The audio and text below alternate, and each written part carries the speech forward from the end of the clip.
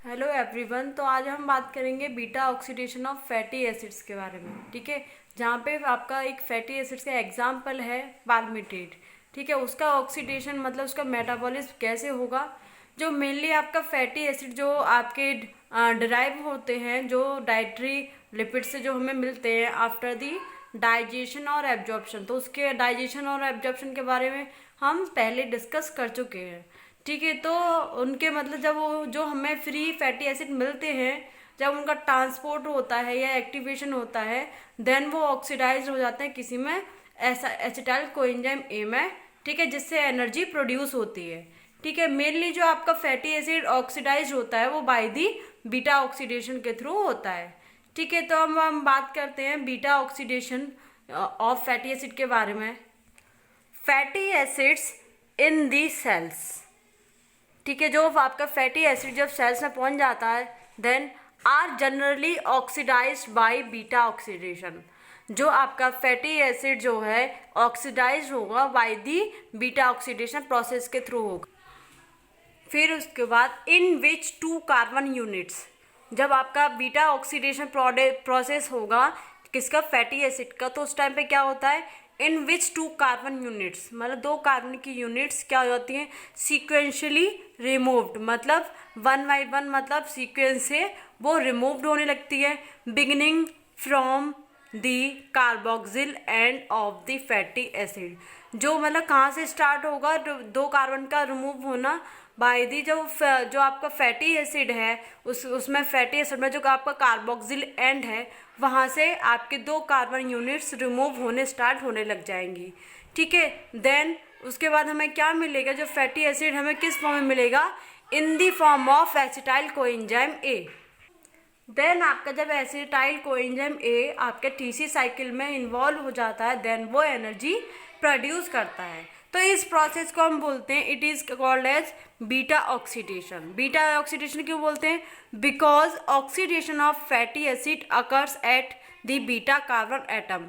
जो आपका fatty acid में जो बीटा कार्बन एटम है, वहाँ पे आपका फैटी एसिड का ऑक्सीडेशन अकर होता है। ठीक है, कहाँ पे होगा, बीटा कार्बन एटम पर।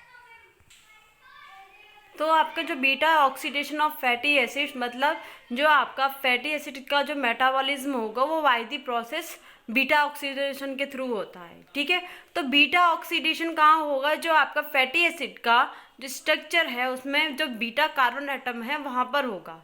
उसमें जो स्टार्टिंग से जो कार्बोक्सिलेट है वहाँ से आपके दो कार्बन यूनिट रिमूव होने स्टार्ट हो जाती हैं, देन आपका एसिटाइल कोएंजाइम बनता है, देन वो टीसी साइकिल में या सिट्रिक एसिड साइकिल में इन्वॉल्व होकर आपका एनर्जी प्रोड्यूस करता है। तो लोकेशन कहाँ पे होगी, जो ये कहाँ पे बीटा ऑक्सीडेशन कहाँ होगा, mitochondria of the liver and other cells जैसे एक्स्ट्रा हेपेटिक सेल्स। ठीक है, तो वहाँ जाके आपका ये मतलब beta oxidation of fatty acid occur होगा माइटोकॉन्ड्रिया में। ठीक है, लेकिन माइटोकॉन्ड्रिया से पहले जो आपका ट्रांसपोर्टेशन है या एक्टिवेशन है वो होता है। ठीक है, क्योंकि जो आपका फैटी एसिड जो है, ठीक है, फैटी एसिड जो सबसे पहले उसकी एक एक्टिव फॉर्म बनती है जिसे हम बोलते हैं एसाइल कोएंजाइम ए। ठीक है, देन वो ट्रांसपोर्ट होती है माइटोकॉन्ड्रिया में, देन जो आपका बीटा ऑक्सीडेशन है वो कहाँ होगा, मैट्रिक्स में होता है। अब देखते हैं इसकी स्टेजेस कौन कौन सी हैं, stages of beta oxidation of fatty acid. ठीक है, तो इसमें आपके तीन स्टेजेस हैं, जैसे एक्टिवेशन ऑफ फैटी एसिड।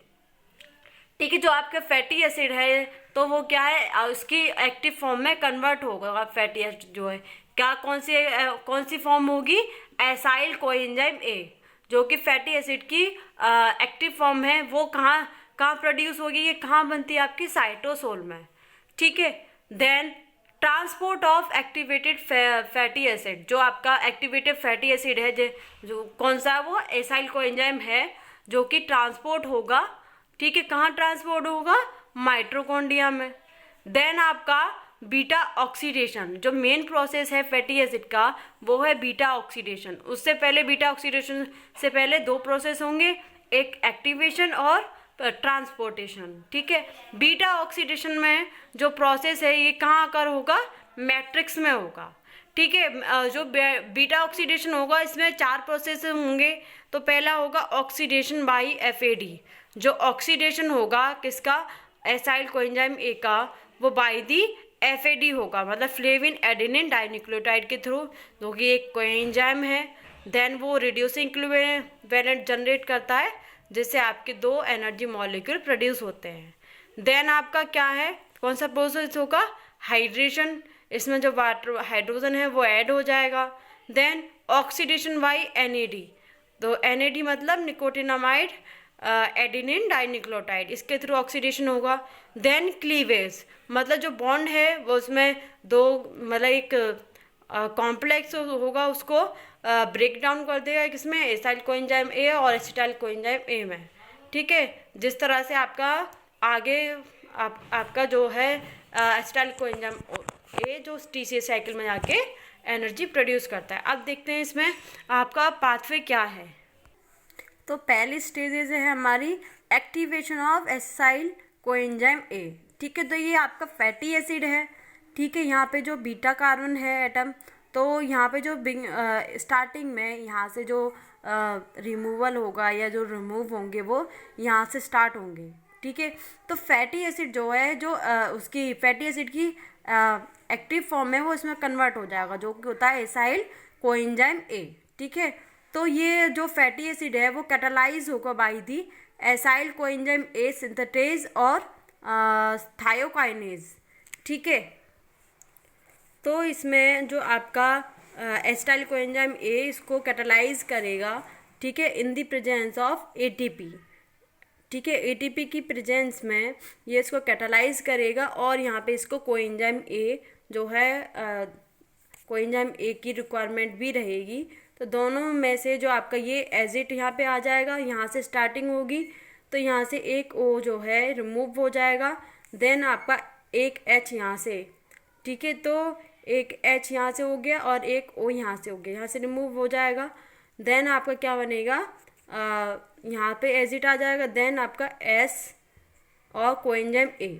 ठीक है, देन उसके बाद एटीपी। एटीपी में से मतलब ये इसमें क्या हो जाएगा, ये कैटालाइज हो जाएगा किसमें, एएमपी एडिनोसिन मोनोफॉस्फेट और पायरोफॉस्फेट में। इस तरह से ये कैटालाइज होगा, इसको एनर्जी रिक्वायरमेंट। तो ये आपका क्या बनेगा, फैटी एसाइल कोएंजाइम ए, जो कि फैटी एसिड की एक्टिव फॉर्म होती है। तो ये प्रोसेस आपका कहाँ होगा, साइटोसोल में होगा। ठीक है, या साइटोप्लाज्म में होगा।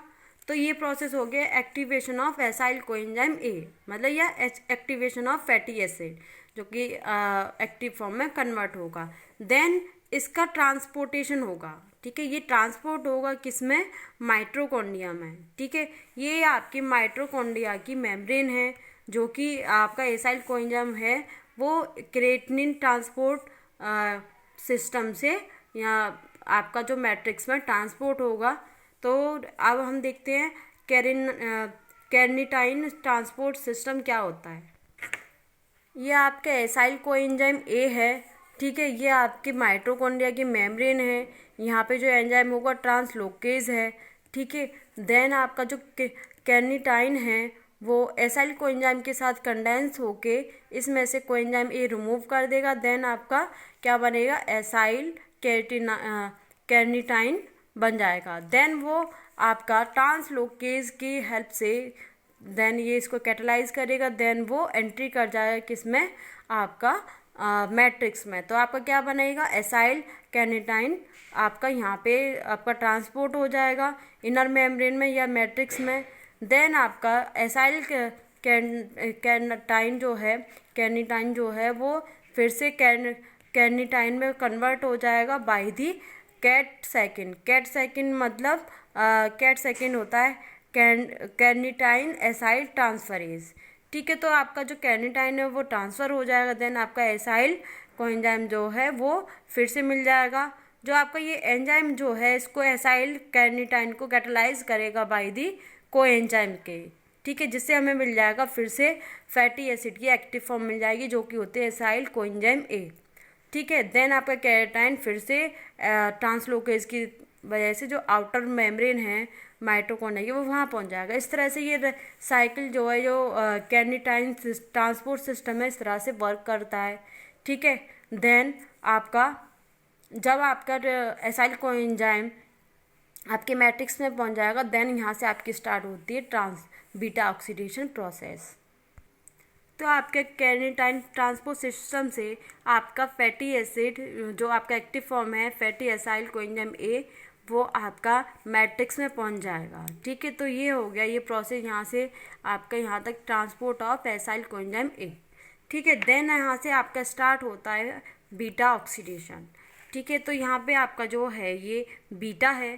ठीक है, ये बीटा है यहाँ पे, तो यहीं से आपका जो है ऑक्सीडेशन जो है यहीं पे स्टार्ट होगा इस टाइम पे। ठीक है, तो जो आपका फैटी एसाइल कोएंजाइम है, जो एसाइल कोएंजाइम डिहाइड्रोजनेज, ये एंजाइम इसको कैटालाइज करेगा बाय दी एफएडी।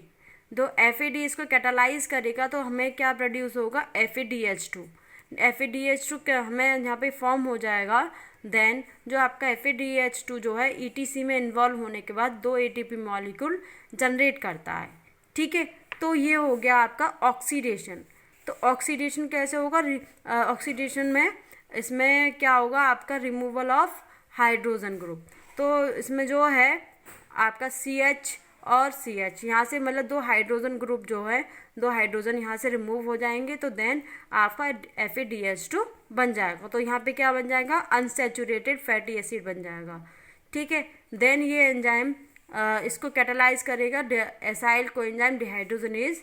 तो ये रिएक्शन कौन सी होगी, ऑक्सीडेशन पहली। फिर उसके बाद आपका क्या बनेगा, फैटी एसिड को एसाइल कोएंजाइम कैटालाइज हो जाएगा, किसमें बनेगा, क्या बनेगा फिर उसके बाद alpha beta unsaturated fatty acyl coenzyme ए।